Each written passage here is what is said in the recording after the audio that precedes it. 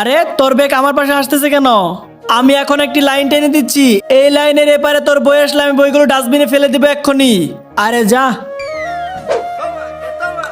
আবে এই, তুই আমার বই দেখতেছিস কেন? তোর বই নিয়ে আসিসনি?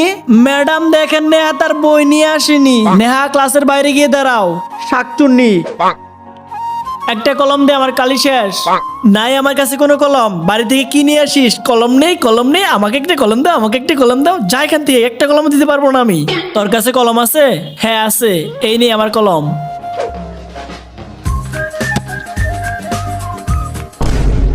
ও, বলে লেগে গেছে, পাস করে দিত বলটা। কিসের ভুলে লাগছে? কিসের ভুলে লাগছে? আমি এক্ষুনি ম্যাডামকে ডাকতেছি, তোদের কাছে বিচার করিয়ে ছাড়বো, তোদের আমি দেখে নিব।